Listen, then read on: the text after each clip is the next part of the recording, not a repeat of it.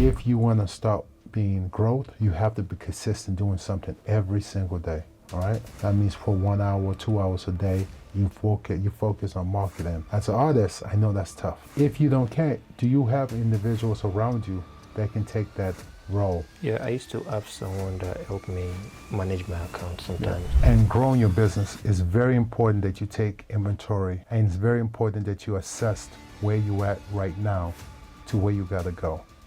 It doesn't mean that you're doing something bad. It doesn't mean you're doing something wrong. It just reminds you to where you gotta go. Scaling is always something you can measure. So start measuring the time you put into things and what you get out of it. What you put in is what you get out.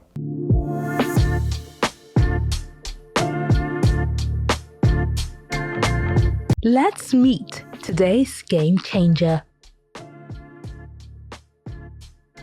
I am Adetona Adedamola. I am from Ogun State. I reside in Lagos and I'm a visual artist. I grew up having this mindset of working with my hands. I prefer working with my hands than learning and all those kind of things. So my mindset then was, okay, if I'm studying architecture, I will have more time to sketch, more time to draw and all. So on the long run, I had to find something to support myself in school, and I was learning music. I was learning some musical instruments. I was doing school and I studied art also, so I had to drop musical instrument for art. I started my business, that was 2023. I went professional into arts and I've been drawing from childhood. I started doing more of arts, that was in 2015 when I was in school. I studied building technology in school from Covenant University.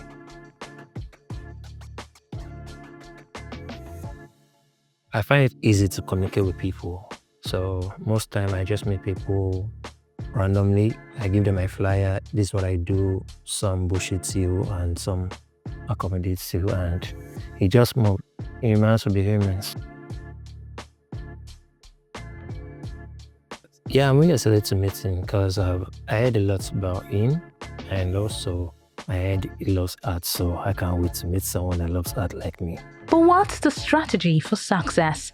After the break, we bring in our expert.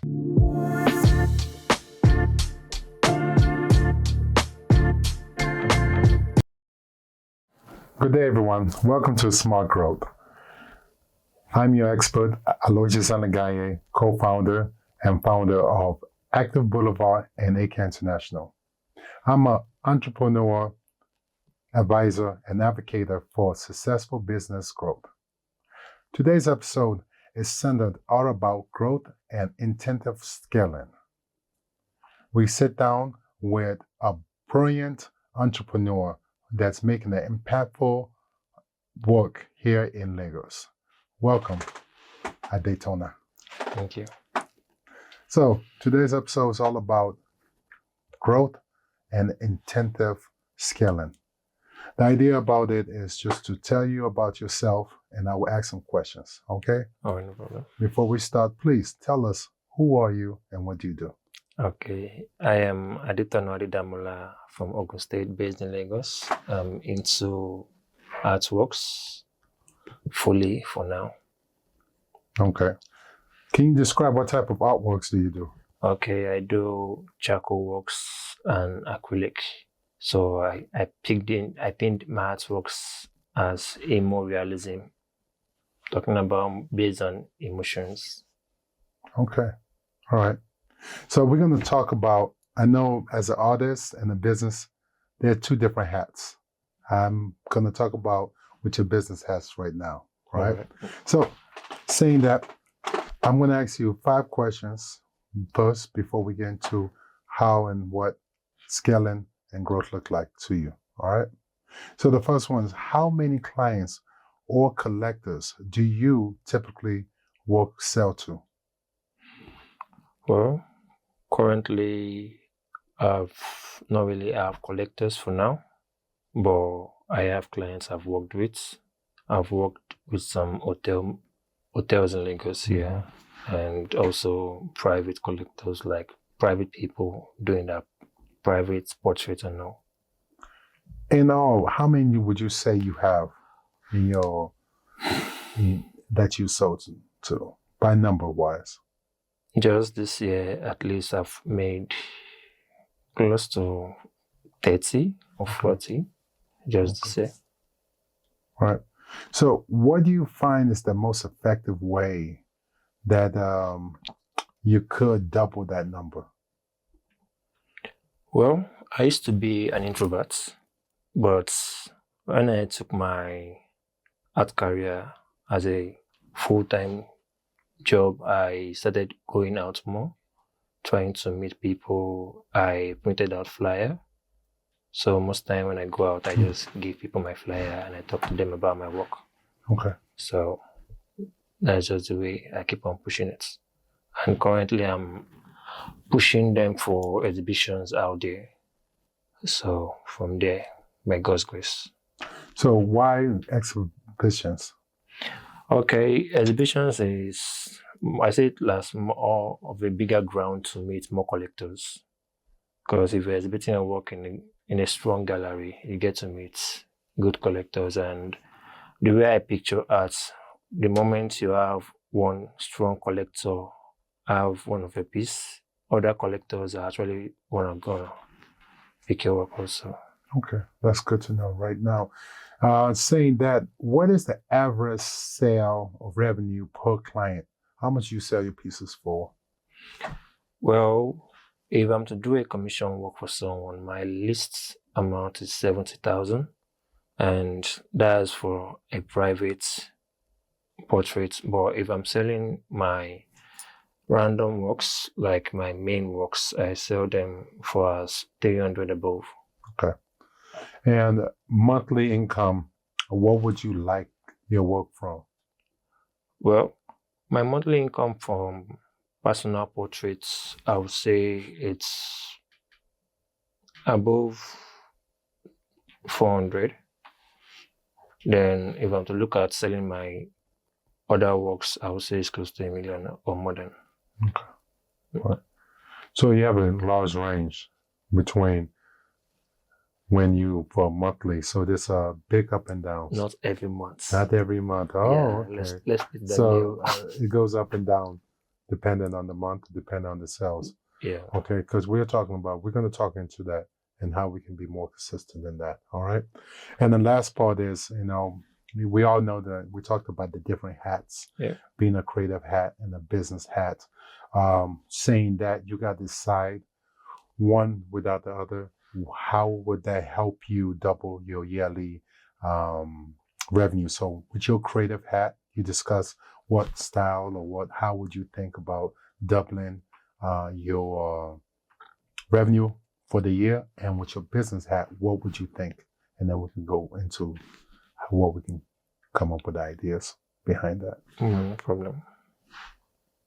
So tell me, with your creative hat, what do you think would be a way for you to double your revenue? Okay, I'm planning to have a solo exhibition this year by God's grace. So I'm working on some new works. Mm-hmm. So at least before the year runs out, I should have at least 40 or 30 works to push out there for a solo exhibition. And I think that's one of the ways I could build myself. So it's not going to be a group exhibition. It's going to be just my works in the gallery. Okay. And with your business hat, what would be a way for you to scale it? I really don't know. That's a great answer. That's a really great answer. See, that's what I try to tell people a lot. So saying I don't know is the first step to knowing. So that's a good answer. So I'm going to kind of break down what I got from this conversation. All right. One way that you kind of scale your company was based on expositions and personal sales, right? Yeah. Through your personal sales, the word of mouth is how you spread it. Of course, you talk about flyers and stuff like that, but word of mouth is your main form of selling it. And the next part is you have a large range in portrait to personal expression works, right? And the last part is that you have a huge gap when it comes from month to month. So it jumps up and down. So right now, if I would say you live in the life of an artist. Nah, not really. so Not so yet. not yet? Yeah. Yeah. So tell me about the life of the artist in your mind. What do you think? Is it inconsistent or consistent? For me, I won't say it's actually consistent It's though. consistent? Okay. Because for me, most of the time I was in my studio just working. You're just working. I just want to stay in my studio work. That's the life of the artist. Now, the part is the business part. Like, how do we sell it? Yeah. Okay, so you were living the life of the artist. So the business part is about scaling it. Do you use any social media for Yep. Promotions? I make use of Instagram and also WhatsApp. I Okay. send broadcast message Mhm. to my contacts. All right. Some to help me post on the status and all. Right. So sometimes I do that. Sometimes people say some things back at you. Hey, you this. Just laugh about it and just keep quiet.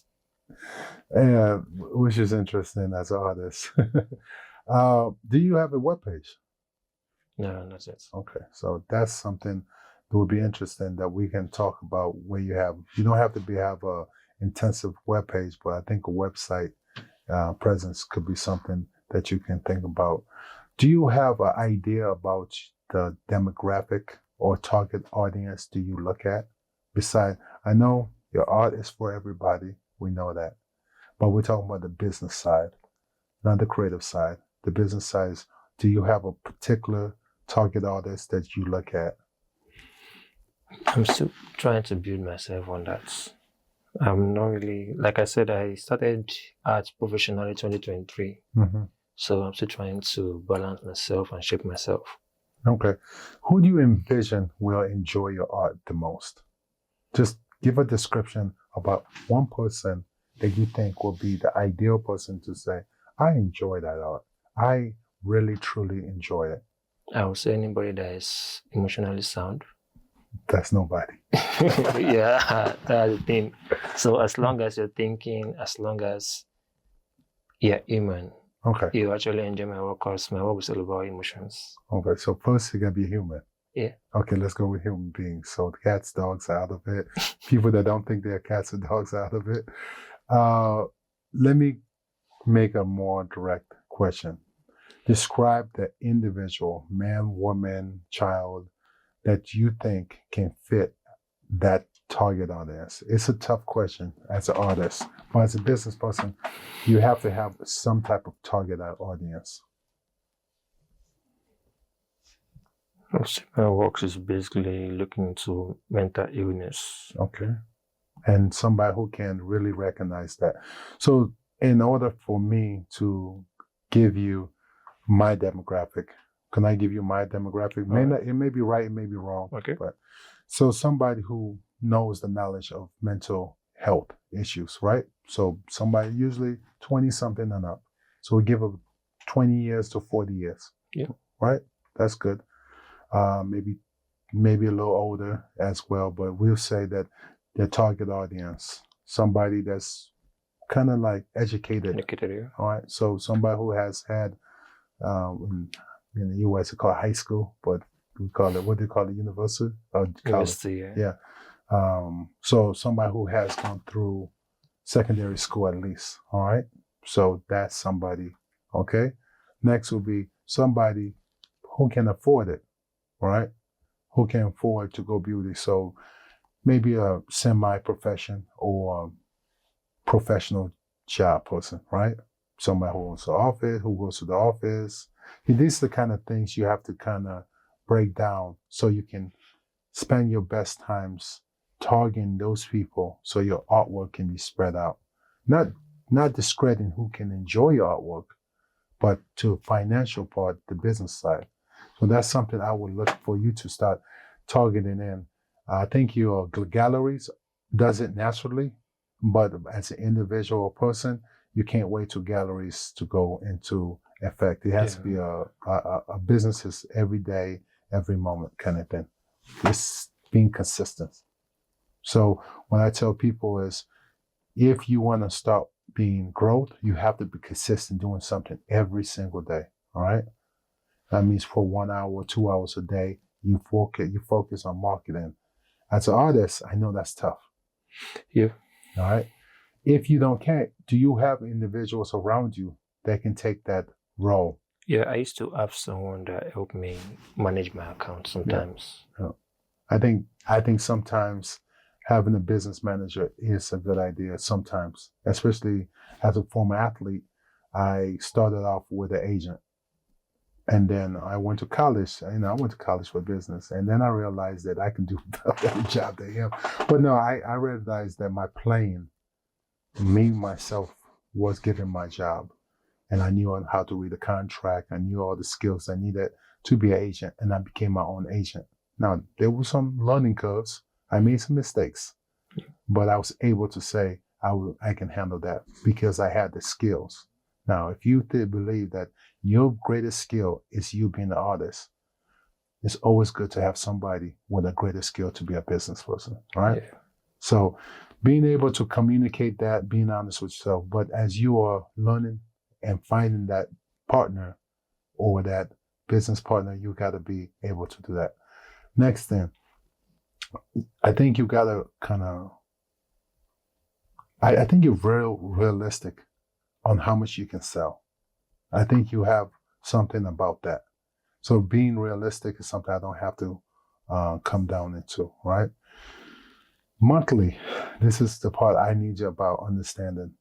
You have to kind of break down what is your monthly expenses and how much time you spend trying to sell.